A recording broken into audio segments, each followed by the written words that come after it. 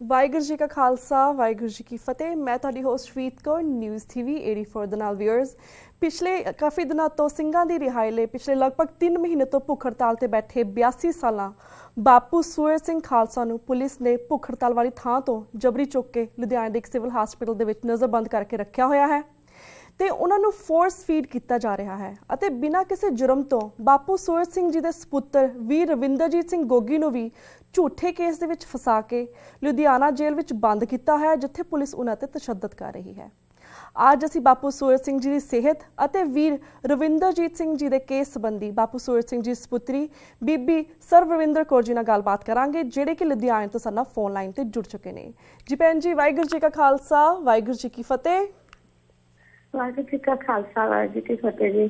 ਭੈਣ ਜੀ, ਸਭ ਤੋਂ ਪਹਿਲਾਂ ਤਾਂ ਤੁਹਾਨੂੰ ਦੱਸਣਾ ਚਾਹੁੰਦੇ ਕਿ ਅਸੀਂ ਟੀਵੀ 84 ਰਾਹੀਂ ਵੱਖ-ਵੱਖ ਸ਼ਖਸੀਅਤਾਂ ਦੇ ਨਾਲ ਬਾਪੂ ਸੂਰਜ ਸਿੰਘ ਦੀ ਸਿਹਤ ਸੰਬੰਧੀ ਜਾਣਕਾਰੀ ਆਪਣੇ ਦਰਸ਼ਕਾਂ ਨੂੰ ਦਿੰਦੇ ਰਹਿੰਦੇ ਹਾਂ। ਹੁਣ ਜੋ ਤੁਸੀਂ ਅੱਜ ਸਾਡੇ ਨਾਲ ਫੋਨ ਲਾਈਨ ਤੇ ਹੋ, ਅਸੀਂ ਤੁਹਾਡੇ ਕੋਲ ਜਾਣਨਾ ਚਾਹਾਂਗੇ ਕਿ ਤੁਸੀਂ ਲਾਸਟ ਟਾਈਮ ਬਾਪੂ ਸੂਰਜ ਸਿੰਘ ਜੀ ਨੂੰ ਕਦੋਂ ਮਿਲੇ ਸੀ ਤੇ ਹੁਣ ਉਹਨਾਂ ਦੀ ਸਿਹਤ ਦੀ ਕੀ ਅਪਡੇਟ ਹੈ?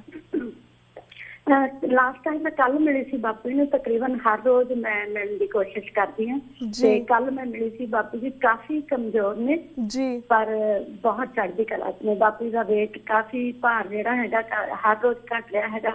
ਸਿਹਤ ਹਰ ਰੋਜ਼ ਕਮਜ਼ੋਰ ਹੋ ਰਹੀ ਆ। ਉਹਨਾਂ ਦੇ ਜਿਹੜੀ ਨੱਕ ਦੇ ਵਿੱਚ ਉਹਨਾਂ ਨੇ ਫੂਡ ਦੀ ਪਾਈਪ ਪਾਈ ਹੋਈ ਆ, ਫੂਡ ਵਾਲੀ, ਉਹਦੇ ਨਾਲ ਉਹਨਾਂ ਦੇ ਨੱਕ ਦੇ ਵਿੱਚ, ਗਲ ਦੇ ਵਿੱਚ ਤੇ ਚੈਸਟ ਦੇ ਵਿੱਚ ਉਹਦੇ ਨਾਲ ਪੇਨ ਰਹਿੰਦੀ ਹੈ ਤੇ ਦਰਦ ਰਹਿੰਦਾ ਹੈਗਾ ਤੇ ਉਹਦੇ ਨਾਲ ਕਾਫੀ ਅਨਕੰਫਰਟੇਬਲ ਉਹ ਫੀਲ ਕਰਦੇ ਨੇ। ਪਰ ਕੋਈ ਉੱਥੇ ਕੋਈ ਸੁਣਵਾਈ ਜਾਂ ਧਿਆਨ ਨਹੀਂ ਹੈ ਉਹਨਾਂ ਵੱਲ, ਡਾਕਟਰਾਂ ਦਾ ਜਾਂ ਐਡਮਿਨਿਸਟ੍ਰੇਸ਼ਨ ਦਾ। ਪਰ ਫਿਰ ਵੀ ਉਹ ਸਾਰਾ ਇਹ ਛੋਟੇ ਗੱਲਾਂ ਦੇ ਨਾਲ ਫਿਰ ਵੀ ਬਹੁਤ ਚੜ੍ਹਦੀ ਕਲਾ ਚ ਬਾਪੂ ਹੈਗੇ ਨੇ ਜੀ। ਤੇ ਭੈਣ ਜੀ, ਜਿਸ ਤੁਸੀਂ ਗੱਲ ਕੀਤੀ ਕਿ ਉਹਨੂੰ ਫੋਰਸ ਫੀਡ ਕੀਤਾ ਜਾਂਦਾ ਹੈ, ਨੱਕ ਰਾਹੀਂ ਦਿੱਤਾ ਜਾਂਦਾ ਹੈ, ਜਿਸ ਤਰ੍ਹਾਂ ਉਹਦਾ weight ਵੀ ਘਟ ਰਿਹਾ ਹੈ, ਅਸੀਂ ਜਾਣਨਾ ਚਾਹਾਂਗੇ ਸਾਡੇ ਦਰਸ਼ਕਾਂ ਨੂੰ ਤੁਸੀਂ ਦੱਸੋ ਕਿ ਉਹਨਾਂ ਨੂੰ ਕਿਹੜੀਆਂ ਹੋਰ ਟ੍ਰੀਟਮੈਂਟ ਦਿੱਤੀਆਂ ਜਾ ਰਹੀਆਂ ਜਾਂ ਕਿ ਉਹਨਾਂ ਦੀ ਸਿਹਤ ਤਾਂ ਕਿ ਸਹੀ ਹੋ ਸਕੇ? ਉਹਨਾਂ ਨੂੰ ਨਾ ਕੁਛ ਵੀ ਜੋ ਵੀ ਉਹ ਕਰਦੇ ਆ, ਅਸੀਂ ਜਿਹੜੀ ਉਹਨਾਂ ਦੀ ਰਿਪੋਰਟ ਹੈਗੀ ਆ ਡਾਕਟਰਾਂ ਦੀ ਜਾਂ ਹਸਪੀਟਲ ਦੀ, ਵੀ ਉਹ ਕੀ ਉਹਨਾਂ ਨੂੰ ਦਿੰਦੇ ਆ ਜਾਂ ਕੀ ਉਹਨਾਂ ਨੂੰ ਟ੍ਰੀਟਮੈਂਟ ਦਿੰਦੇ ਆ, ਜੋ ਵੀ ਹੈਗਾ, ਪਰ ਉਹਦੀ ਕੋਈ ਵੀ ਰਿਪੋਰਟ ਭਾਵੇਂ ਬਾਪੂ ਜੀ ਕਹੀ ਜਾਣ ਇਨ ਰਾਈਟਿੰਗ ਅਸੀਂ SDM ਤੋਂ RTI ਆਫਿਸ ਆ ਉਹਨਾਂ ਦਾ ਕੋਈ ਉਹਦੇ ਥਰੂ ਮੰਗਣ ਦੀ ਕੋਸ਼ਿਸ਼ ਕੀਤੀ ਆ। ਜਦੋਂ ਤੋਂ ਬਾਪੂ ਜੀ ਨੂੰ ਅਰੈਸਟ ਕੀਤਾ ਤੇ ਉੱਥੇ ਪੁਲਿਸ ਦੇ ਅੰਦਰ ਨੇ ਤੇ ਫੋਰਸ ਫੀਡਿੰਗ ਉਹਨਾਂ ਨੇ ਸ਼ੁਰੂ ਕੀਤੀ, ਉਹ ਕਰਨ ਦੇ ਬਾਵਜੂਦ ਉਹਨਾਂ ਦਾ ਭਾਰ ਕਿਉਂ ਘਟ ਰਿਹਾ, ਉਹਨਾਂ ਨੂੰ ਮਿਸ਼ਨ ਤੋਂ ਕਿਉਂ ਤੋੜ ਰਹੇ ਨੇ ਆਪਦੇ ਤੋਂ, ਇਹ ਗੱਲਾਂ ਦਾ ਅਸੀਂ ਇਹਨਾਂ ਨੂੰ ਪਰਖਣ ਲਈ ਜਾਂ ਦੇਖਣ ਲਈ ਅਸੀਂ ਉਹ ਪੇਪਰ ਵਰਕ ਮੰਗਦੇ ਰਹਿੰਦੇ ਹਾਂ ਡਾਕਟਰਾਂ ਤੋਂ, ਪਰ ਉੱਥੇ ਕੋਈ ਵੀ ਗੱਲ ਨਹੀਂ ਸੁਣਦਾ ਹੈ। ਸੋ ਸਾਨੂੰ ਕੁਛ ਨਹੀਂ ਪਤਾ ਉਹਨਾਂ ਨੂੰ ਕੀ ਦਿੰਦੇ ਆ ਜਾਂ ਕੀ ਟ੍ਰੀਟਮੈਂਟ ਦਿੰਦੇ ਆ, ਕੀ ਨਹੀਂ ਦਿੰਦੇ। ਬਸ ਇਹ ਕਹਿ ਦਿੰਦੇ ਆ ਵੀ ਗਲੂਕੋਜ਼ ਵਾਲੀ ਜਿਹੜੀ ਹੈਗੀ ਆ ਉਹਨਾਂ ਦੇ IV ਲੱਗੀ ਹੋਈ ਆ, ਉਹਦੇ ਥਰੂ ਜੋ ਵੀ ਦੇਣਾ ਦੇ ਕੇ ਚਲੇ ਜਾਂਦੇ ਆ। ਜੇ ਅਸੀਂ ਪੁੱਛਦੇ ਹਾਂ, ਡੈਡੀ ਪੁੱਛਦੇ ਆ ਤਾਂ ਡਾਕਟਰ ਜਾਂ ਨਰਸਾਂ ਕਹਿ ਦਿੰਦੇ ਨੇ ਉਹ ਜੀ ਉੱਪਰੋਂ ਹੁਕਮ ਨੇ, ਅਸੀਂ ਤੁਹਾਨੂੰ ਕੁਛ ਦੱਸ ਨਹੀਂ ਸਕਦੇ। ਸਭ ਕੁਛ ਵੀ ਦੱਸਦੇ ਨੇ ਵੀ ਕੀ ਕਰਦੇ ਆ, ਪਰ ਉਹ ਸਾਰਾ ਕੁਛ ਜੋ ਵੀ ਕਰਦੇ ਆ ਉਹਦੇ ਬਾਵਜੂਦ ਬਾਪੂ ਦੀ ਸਿਹਤ ਹਰ ਰੋਜ਼ ਕਮਜ਼ੋਰ ਹੋ ਰਹੀ ਹੈ ਜੀ। ਪਰ ਭੈਣ ਜੀ, ਜਿਸ ਤਰ੍ਹਾਂ ਉਹਨਾਂ ਨੂੰ ਫੋਰਸਫੁਲੀ ਫੀਡ ਕੀਤਾ ਜਾਂਦਾ ਦਿਨ ਬ ਦਿਨ, ਜਿੱਥੋਂ ਤੋਂ ਗੱਲ ਕੀਤੀ ਕਿ ਉਹਨਾਂ ਦੀ ਸਿਹਤ ਵਰਸ ਹੋ ਰਹੀ ਹੈ ਐਂਡ ਜਿਸ ਤਰ੍ਹਾਂ ਉਹਨੂੰ ਨਜ਼ਰਬੰਦ ਰੱਖਿਆ ਹੈ ਪੁਲਿਸ ਨੇ, ਬਾਕੀ ਲੋਕਾਂ ਨਾਲ ਮਿਲਣ ਦਿੱਤਾ ਜਾ ਰਿਹਾ, ਸਿਰਫ ਤੁਹਾਨੂੰ ਵੀ ਪਰਮਿਸ਼ਨ ਦੇ ਨਾਲ ਉਹਨਾਂ ਨੂੰ ਮਿਲਣ ਦਿੱਤਾ ਜਾ ਰਿਹਾ। ਡੋਂਟ ਯੂ ਥਿੰਕ ਕਿ ਇਹ ਵੀ ਜਿਸ ਤਰ੍ਹਾਂ ਕੈਦੀਆਂ ਨੂੰ ਰੱਖਿਆ ਜਾਂਦਾ ਜੇਲ੍ਹ ਦੇ ਵਿੱਚ, ਡੋਂਟ ਯੂ ਥਿੰਕ ਕਿ ਇਹ ਵੀ ਤੁਹਾਨੂੰ ਲੱਗਦਾ ਕਿ ਇਹ ਵੀ ਇੱਕ ਤਰ੍ਹਾਂ ਦਾ ਟੋਰਚਰ ਬਾਪੂ ਜੀ ਦੇ ਨਾਲ ਕੀਤਾ ਜਾ ਰਿਹਾ ਹੈ ਪੰਜਾਬ ਦੇ ਵਿੱਚ? ਨਹੀਂ ਜੀ, ਉਹ ਜਿਹੜੇ ਕੈਦੀ ਹੁੰਦੇ ਆ ਨਾ ਉਹਨਾਂ ਨੂੰ ਫਿਰ ਵੀ ਕੋਈ ਢਿੱਲ ਹੁੰਦੀ ਆ, ਉਹਨਾਂ ਨੂੰ ਕੋਈ ਧੱਕੇ ਨਾਲ ਫੀਡ ਨਹੀਂ ਕਰਦਾ, ਉਹਨਾਂ ਨੂੰ ਕੋਈ 24/7 ਅੰਦਰ ਲੌਕ ਨਹੀਂ ਕਰਕੇ ਰੱਖਦਾ। ਜੋ ਜਿਹਦਾ ਜੀ ਕਰੇ ਆ ਕੇ ਟੀਕਾ ਲਾ ਗਿਆ ਜਾਂ ਦਵਾਈ ਦੇ ਗਿਆ। ਕੈਦੀਆਂ ਨਾਲ ਵੀ ਇਸ ਤਰ੍ਹਾਂ ਦਾ ਘਟੀਆ ਵਿਵਹਾਰ ਨਹੀਂ ਹੁੰਦਾ ਜਿਹੜਾ ਬਾਪੂ ਜੀ ਨਾਲ ਹੋ ਰਿਹਾ, ਕਿਉਂਕਿ ਬਾਪੂ ਜੀ ਉੱਤੇ CID ਹੈਗੀ ਆ, IT ਇੰਟੈਲੀਜੈਂਸ ਬਿਊਰੋ, ਫਿਰ ਡਾਕਟਰ, ਨਰਸਾਂ, ਪੁਲਿਸ, ਉਹਨਾਂ ਦੇ ਅੰਦਰ ਰੂਮ ਪੁਲਿਸ, ਡਾਕਟਰ ਉਹਨਾਂ ਦੇ ਡੋਰ ਤੇ ਪੁਲਿਸ। ਜਿਹੜੇ ਕੈਦੀ ਵੀ ਹੁੰਦੇ ਆ ਜੇਲ੍ਹਾਂ ਦੇ ਵਿੱਚ, ਉਹ ਵੀ ਇਹਦੇ ਨਾਲੋਂ ਬਹੁਤ ਬਿਹਤਰ ਲਾਈਫ ਜਿਹੜੀ ਹੈਗੀ ਆ ਜ਼ਿੰਦਗੀ ਆਦੀ ਜਿਉ ਰਹੇ ਹੁੰਦੇ ਆ। ਪਰ ਬਾਪੂ ਜੀ ਨੂੰ ਤਾਂ ਪਤਾ ਨਹੀਂ ਕੀ ਉਹ ਸਮਝਦੇ ਹੈਗੇ ਨੇ, ਇੰਨਾ ਦੱਬ ਕੇ ਰੱਖਿਆ ਹੈ ਉਹਨਾਂ ਨੂੰ। ਮਤਲਬ ਇਸ ਤੋਂ ਵੱਧ ਕੋਈ ਵੀ ਹੋਰ ਅਣਮਨੁੱਖੀ ਵਿਵਹਾਰ ਮੈਨੂੰ ਨਹੀਂ ਲੱਗਦਾ ਕੋਈ ਇਸ ਦੁਨੀਆ ਤੇ ਹੋ ਸਕਦਾ ਜਿਹੜਾ ਬਾਪੂ ਨਾਲ ਅੱਜ ਦੀ ਘੜੀ ਹੋ ਰਿਹਾ। ਉਹ ਕੈਦੀਆਂ ਨਾਲੋਂ ਵੀ ਭੈੜਾ ਵਿਵਹਾਰ ਉਹਨਾਂ ਨਾਲ ਕਰ ਰਹੇ ਨੇ ਜੀ ਜੀ ਤੇ ਵੀ ਭੈਣ ਜੀ ਇਹ ਵੀ ਸੁਣਨ ਦੇ ਵਿੱਚ ਆਇਆ ਸੀ ਕਿ ਜਿਸ ਤਰ੍ਹਾਂ ਵੀਰ ਰਵਿੰਦਰਜੀਤ ਸਿੰਘ ਗੋਗੀ ਨੂੰ ਲੁਧਿਆਣਾ ਕਚਹਿਰੀਆਂ ਦੇ ਵਿੱਚ ਉਹਨਾਂ ਦੀ ਪੇਸ਼ੀ ਸੀਗੀ, ਉਹਨਾਂ ਨੂੰ ਮਿਲਣ ਵਾਸਤੇ ਅਮਰੀਕਨ ਐਮਬੈਸੀ ਦੇ ਮੈਂਬਰ ਵੀ ਪਹੁੰਚੇ ਹੋਏ ਸਨ ਤੇ ਉਹਨਾਂ ਨੂੰ ਰਵਿੰਦਰਜੀਤ ਸਿੰਘ ਨਾਲ ਪਿਛਲੇ ਦਿਨੀ ਜਿਹੜੇ ਕਚਹਿਰੀ ਦੇ ਵਿੱਚ ਕੁੱਟਮਾਰ ਹੋਈ ਸੀ ਉਸ ਸੰਬੰਧੀ ਜਾਣਕਾਰੀ ਲੈਣੀ ਸੀ, ਜਾਂ ਫਿਰ ਉਹਨਾਂ ਨਾਲ ਜਿਸ ਤਰ੍ਹਾਂ ਪੰਜਾਬ ਪੁਲਿਸ ਉਹਨਾਂ ਨੇ ਕਿਸ ਤਰ੍ਹਾਂ ਟੌਰਚਰ ਕਰ ਰਹੀ ਇਸ ਸੰਬੰਧੀ ਉਹਨਾਂ ਨੇ ਗੱਲਬਾਤ ਕਰਨੀ ਸੀ, ਪਰ ਉਹਨਾਂ ਨੂੰ ਰਵਿੰਦਰਜੀਤ ਸਿੰਘ ਵੀਰ ਜੀ ਨਾਲ ਨਹੀਂ ਮਿਲਣ ਦਿੱਤਾ ਗਿਆ। ਡੋਂਟ ਯੂ ਥਿੰਕ ਇਹ ਵੀ ਸਿੱਧੇ ਤਰ੍ਹਾਂ ਦੀ ਇੱਕ ਹਿਊਮਨ ਰਾਈਟ ਵਾਇਲੇਸ਼ਨ ਹੈ ਕਚਹਿਰੀਆਂ ਦੇ ਵਿੱਚ? ਭੈਣ ਜੀ ਐਗਜ਼ੈਕਟਲੀ ਉੱਥੇ ਕੀ ਹੋਇਆ ਸੀ, ਚਾਹਾਂਗੇ ਤੁਸੀਂ ਇਸ ਬਾਰੇ ਵੀ ਸਾਡੇ ਦਰਸ਼ਕਾਂ ਨੂੰ ਜਾਣਕਾਰੀ ਦਿਓ ਤੇ ਵੀਰ ਜੀ ਦੇ ਕੇਸ ਦੀ ਵੀ ਅਪਡੇਟ ਸਾਡੇ ਦਰਸ਼ਕਾਂ ਨਾਲ ਸਾਂਝੀ ਕਰੋ। ਹਾਂਜੀ, ਉਹ ਨਾ ਲੌਂਗ ਸਟੋਰੀ ਸ਼ਾਰਟ ਤੋਂ ਕਾਫੀ ਲੰਬੀ ਕਹਾਣੀ ਹੈਗੀ ਆ, ਪਰ ਉਹਦੇ ਚ ਥੋੜਾ ਜਿਹਾ ਜਿੰਨਾ ਤੁਹਾਡੇ ਕੋਲ ਟਾਈਮ ਆ ਮੈਂ ਉਹਨਾਂ ਦੱਸਦੀ ਹਾਂ। ਅੱਜ ਤੱਕ ਕਦੇ ਵੀ ਕਿਸੇ ਨੂੰ ਜਿਹਦੇ ਹੱਥ ਕੜੀਆਂ ਲੱਗੀਆਂ ਹੁਣ ਬਖਸ਼ੀਖਾਨਾ, ਜਿਹਨੂੰ ਵੇਟਿੰਗ ਰੂਮ ਨੂੰ ਬਖਸ਼ੀਖਾਨਾ ਇੱਥੇ ਕਹਿੰਦੇ ਹੈਗੇ ਆ, ਜਿੱਥੇ ਸਾਰੇ ਕੈਦੀ ਜੇਲ੍ਹ ਤੋਂ ਲਿਆ ਕੇ ਕੋਰਟ ਲਿਆਉਣ ਤੋਂ ਪਹਿਲਾਂ ਬੰਦ ਕੀਤੇ ਹੁੰਦੇ ਆ।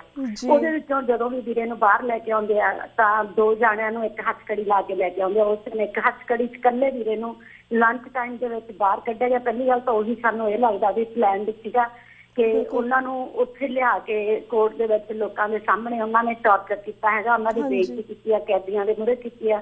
ਇਹ ਸ਼ੋਅ ਕੀਤਾ ਵੀ ਜਿਹੜਾ ਕਦੇ ਵੀ ਅੱਜ ਤੱਕ ਨਹੀਂ ਹੁੰਦਾ ਉਹ ਉਹਨਾਂ ਨੇ ਗਵਰਨਮੈਂਟ ਨੇ ਉਸ ਦਿਨ ਕਰਕੇ ਦਿਖਾਇਆ, ਪੁਲਿਸ ਨੇ ਉਸ ਦਿਨ ਕਰਕੇ ਦਿਖਾਇਆ। ਉਹਨਾਂ ਨੂੰ ਕੁੱਟਿਆ ਮਾਰਿਆ, ਕੁੱਟਣ ਮਾਰਨ ਤੋਂ ਬਾਅਦ ਉਹਨਾਂ ਦਾ ਸਹੀ ਟ੍ਰੀਟਮੈਂਟ ਵੀ ਉਹਨਾਂ ਨੂੰ ਦੇ ਨਹੀਂ ਰਹੇ। ਇੱਕ ਦਿਨ ਡਾਕਟਰ ਦੇ ਲੈ ਗਏ, ਉਸ ਤੋਂ ਬਾਅਦ 5-6 ਦਿਨ ਤੋਂ ਵੀਰ ਜੀ ਅੱਜ ਕਹਿ ਰਹੇ ਸੀ ਉਹਨਾਂ ਨੂੰ ਕਿ ਉਹ ਲੈਫਟ ਸਾਈਡ ਨੂੰ ਆਪਦੀ ਗਰਦਨ ਨੂੰ ਘੁਮਾਉਂਦੇ ਹੈਗੇ ਤਾਂ ਜਾਂ ਲੈਫਟ ਸ਼ੋਲਡਰ ਆ ਉਹ ਜ਼ਿਆਦਾ ਕੁੱਟਿਆ ਉਹਨਾਂ ਨੇ, ਤਾਂ ਵੀ ਉਹ ਮੇਰਾ ਪੇਨ ਦੇ ਵਿੱਚ ਹਾਲੇ ਮੈਨੂੰ ਡਾਕਟਰ ਦੇ ਲੈ ਕੇ ਜਾਇਆ ਜਾਵੇ। 5 ਦਿਨ ਤੋਂ ਬਾਅਦ ਕੱਲ ਐਮਬੈਸੀ ਦੇ ਕਹਿਣ ਦੇ ਉੱਤੇ ਆਰਡਰ ਦੇ ਉੱਤੇ ਉਹ ਡਾਕਟਰ ਦੇ ਲੈ ਕੇ ਆਏ ਹੈਗੇ ਨੇ। ਵੀਰੇ ਨੂੰ ਕੱਲ ਪਤਾ ਲੱਗਿਆ ਸਾਨੂੰ, ਨਹੀਂ ਤਾਂ ਉਹਨਾਂ ਨੂੰ ਕੋਈ ਪਹਿਲੀ ਗੱਲ ਕੁੱਟਿਆ, ਫਿਰ ਕੋਈ ਉਹਨਾਂ ਨੂੰ ਕੋਈ ਪ੍ਰੋਪਰ ਕੇਅਰ ਨਹੀਂ ਹੈਗੀ ਉਹਨਾਂ ਦੀ।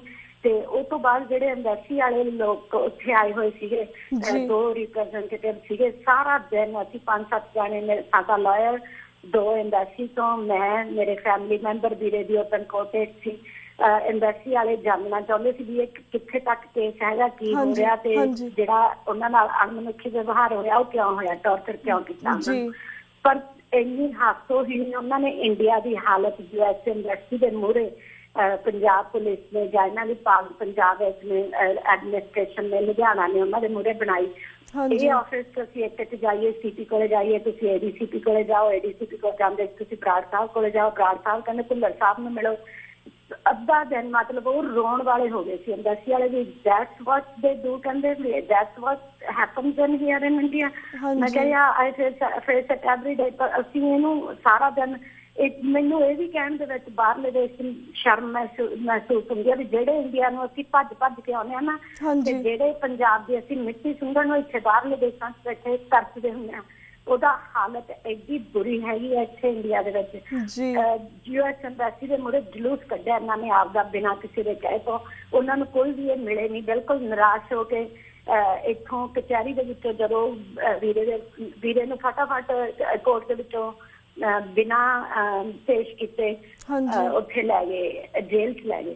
ਤਾਂ ਫਿਰ ਉਸੇ ਦਿਨ ਅਸੀਂ ਉੱਥੋਂ ਐਮਬੈਸੀ ਵਾਲਿਆਂ ਨੂੰ ਮੈਂ ਲੈ ਕੇ ਜੇਲ੍ਹ 'ਚ ਗਈ, ਕਿਉਂਕਿ ਉਹ ਚਾਹੁੰਦੇ ਸੀਗੇ ਵੀਰੇ ਨੂੰ ਮਿਲੇ ਬਿਨਾਂ ਜਾਣਾ ਨਹੀਂ ਵੀ ਦਿੱਲੀ ਤੋਂ ਇੰਨਾ ਲੰਬਾ ਚੱਕਰ ਅਸੀਂ ਲਾਇਆ ਹੈਗਾ ਸਿਰਫ ਉਹਦੇ ਨਾਲ ਗੱਲ ਕਰਨ ਲਈ। ਤਾਂ ਫਿਰ ਉਹਨਾਂ ਨੇ ਸਿੱਧੀ ਜਿਹੜੇ US ਤੋਂ ਐਮਬੈਸੀ ਤੋਂ ਆਏ ਸੀ ਉਹਨਾਂ ਦੋਨਾਂ ਨੇ, ਕਿਮ ਤੇ ਅਮਿਤ ਸੀਗੇ, ਉਹਨਾਂ ਦੋਨਾਂ ਨੇ ਸਿੱਧੀ DGP ਤੋਂ, ਐਮਬੈਸੀ ਨੇ US ਐਮਬੈਸੀ ਨੇ ਸਿੱਧੀ DGP ਤੋਂ ਪਰਮਿਸ਼ਨ ਲੈ ਕੇ ਬ੍ਰਦਰ ਨੂੰ ਮਿਲ ਸਕੇ। ਸਾਨੂੰ ਜੇਲ੍ਹ ਦੇ ਵਿੱਚ ਵੀ 1.5-2 ਘੰਟੇ ਉਹਨਾਂ ਨੇ ਖਾਰ ਕੀਤਾ, ਸਾਨੂੰ ਨਾ ਕੋਈ ਗੱਲ ਕਰਦਾ ਸੀ, ਨਾ ਕੋਈ ਬ੍ਰਦਰ ਨੂੰ ਮਿਲਣ ਦਿੰਦਾ ਸੀ। ਜੀ ਅਮੀ ਭੈਣ ਜੀ, ਅਸੀਂ ਤਾਂ ਪੂਰੇ ਹਾਂਜੀ ਭੈਣ ਜੀ, ਅਸੀਂ ਆਪਣੇ ਪੂਰੇ ਲੈਵਲ ਤੇ ਜਿਸ ਤਰ੍ਹਾਂ ਵੱਖ-ਵੱਖ ਸ਼ਖਸੀਅਤਾਂ ਨਾਲ ਅਮਰੀਕਾ ਦੇ ਵਿੱਚ ਗੱਲਬਾਤ ਕਰਦੇ ਰਹਿਣ ਤਾਂ ਕਿ ਵੀਰ ਜੀ ਦੀ ਜਲਦ ਤੋਂ ਜਲਦ ਰਿਹਾਈ ਹੋ ਸਕੇ ਜਾਂ ਉਹਨਾਂ ਪੰਜਾਬ ਪੁਲਿਸ ਆਪਣਾ ਵਾਪਿਸ ਕੇਸ ਲੈ ਸਕੇ। ਪਰ ਭੈਣ ਜੀ ਜਿਸ ਤਰ੍ਹਾਂ ਸਾਰੀ ਕੌਮ ਲਈ ਤੁਸੀਂ ਗੱਲ ਕੀਤੀ ਕਿ ਬਾਪੂ ਸੂਰਜ ਸਿੰਘ ਜੀ ਦੀ ਸਿਹਤ ਕਾਫੀ ਖਰਾਬ ਹੈ, ਪੂਰੀ ਸਿੱਖ ਕੌਮ ਜਿਹੜੀ ਆ ਬਾਪੂ ਸੂਰਜ ਸਿੰਘ ਜੀ ਸਿਹਤ ਸੰਬੰਧੀ ਕਾਫੀ ਵਰਡ ਹੈ, ਪਰ ਸਾਨੂੰ ਇਸ ਚੀਜ਼ ਦਾ ਬਹੁਤ ਫਖਰ ਹੈ ਕਿ ਕਿਸ ਤਰ੍ਹਾਂ 95 ਡੇਜ਼ ਤੋਂ ਬਾਅਦ ਵੀ ਉਹ ਪੂਰੀ ਦ੍ਰਿੜਤਾ ਦੇ ਨਾਲ ਆਪਣੀ ਪ੍ਰੋਮਿਸ ਤੇ ਖਲੋਤੇ ਨੇ ਤੇ ਆਪਣੇ ਸੰਘਰਸ਼ ਨੂੰ ਕਿਸ ਤਰ੍ਹਾਂ ਉਹਨੇ ਜਾਰੀ ਰੱਖਿਆ। ਅਸੀਂ ਰੱਬ ਅੱਗੇ ਉਹਨਾਂ ਦੀ ਸਿਹਤ ਅਤੇ ਸੰਘਰਸ਼, ਉਹਨਾਂ ਦਾ ਸੰਘਰਸ਼ ਜਿਹੜਾ ਕਾਮਯਾਬ ਹੋਵੇ, ਇਸ ਦੀ ਹਮੇਸ਼ਾ ਅਰਦਾਸ ਕਰਦੇ ਨੇ। ਭੈਣ ਜੀ ਇਸ ਦੇ ਨਾਲ ਅਸੀਂ ਇਹ ਵੀ ਤੁਹਾਨੂੰ ਕਹਿਣਾ ਚਾਹਾਂਗੇ ਕਿ ਤੁਸੀਂ ਵੀ ਇੱਕ ਬਹਾਦਰ ਸਿੰਘ ਨਹੀਂ ਹੋਣ ਦਾ ਸਾਡੀ ਸਿੱਖ ਬੀਬੀਆਂ ਦੇ ਅੱਗੇ ਤੁਸੀਂ ਇੱਕ ਰੋਲ ਮਾਡਲ ਹੋ ਕਿ ਕਿਸ ਤਰ੍ਹਾਂ ਤੁਸੀਂ ਵੀ ਇੰਨੀਆਂ ਮੁਸ਼ਕਿਲਾਂ ਆਉਣ ਦੇ ਬਾਵਜੂਦ, ਤੁਹਾਡੇ ਪਿਤਾ ਜੀ ਕਿਸ ਤਰ੍ਹਾਂ ਹਸਪੀਟਲ ਦੇ ਵਿੱਚ ਨੇ, ਤੁਹਾਡੇ ਕਿਸਦਾ ਬ੍ਰਦਰ ਤੁਹਾਡੇ ਜੇਲ੍ਹ ਦੇ ਵਿੱਚ ਨੇ, ਤੁਸੀਂ ਫਿਰ ਵੀ ਕਿਸ ਤਰ੍ਹਾਂ ਦ੍ਰਿੜਤਾ ਦੇ ਨਾਲ ਖੜੇ ਹੋ, ਕਿਸ ਤਰ੍ਹਾਂ ਤੁਸੀਂ ਇੱਕ ਮੁਸ਼ਕਿਲਾਂ ਨੂੰ ਟੈਕਲ ਕਰ ਰਹੇ ਹੋ, ਇਹ ਵੀ ਤੁਹਾਡੇ ਲਈ ਬਹੁਤ ਵੱਡੀ ਗੱਲ ਹੈ। Thank you so much for that. ਤੁਸੀਂ ਵੀ ਇਸ ਸੰਘਰਸ਼ ਵਿੱਚ ਸਾਡਾ ਵੀ ਬਹੁਤ ਜ਼ਿਆਦਾ ਯੋਗਦਾਨ ਹੈ ਭੈਣ ਜੀ। ਚਲੋ ਹੁਣ ਤਾਂ ਤਾਂ ਸਾਡੇ ਕੋਲ ਵਕਤ ਘੱਟ ਹੈ, ਪਰ ਅਸੀਂ ਚਾਹਾਂਗੇ ਟਾਈਮ ਟੂ ਟਾਈਮ ਤੁਸੀਂ ਸਾਡੇ ਦਰਸ਼ਕਾਂ ਨੂੰ ਬਾਪੂ ਸੂਰਤ ਸਿੰਘ ਜੀ ਦੀ ਅਪਡੇਟ ਦਿੰਦੇ ਰਹੋ। ਪਰ ਹੁਣ ਤਾਂ ਅਸੀਂ ਤੁਹਾਡੇ ਕੋਲ ਇਜਾਜ਼ਤ ਲੈਂਦੇ ਹਾਂ ਭੈਣ ਜੀ। ਵਾਹਿਗੁਰੂ ਜੀ ਕਾ ਖਾਲਸਾ, ਵਾਹਿਗੁਰੂ ਜੀ ਕੀ ਫਤਿਹ। ਵਿਊਅਰਸ, ਟਾਈਮ ਟੂ ਟਾਈਮ ਅਸੀਂ TV 84 ਰਾਹੀਂ ਬਾਪੂ ਸੂਰਤ ਸਿੰਘ ਜੀ ਦੀ ਹਾਲਤ ਅਤੇ ਸੰਘਰਸ਼ ਸੰਬੰਧੀ ਤੁਹਾਨੂੰ ਅਪਡੇਟ ਦਿੰਦੇ ਰਹਾਂਗੇ।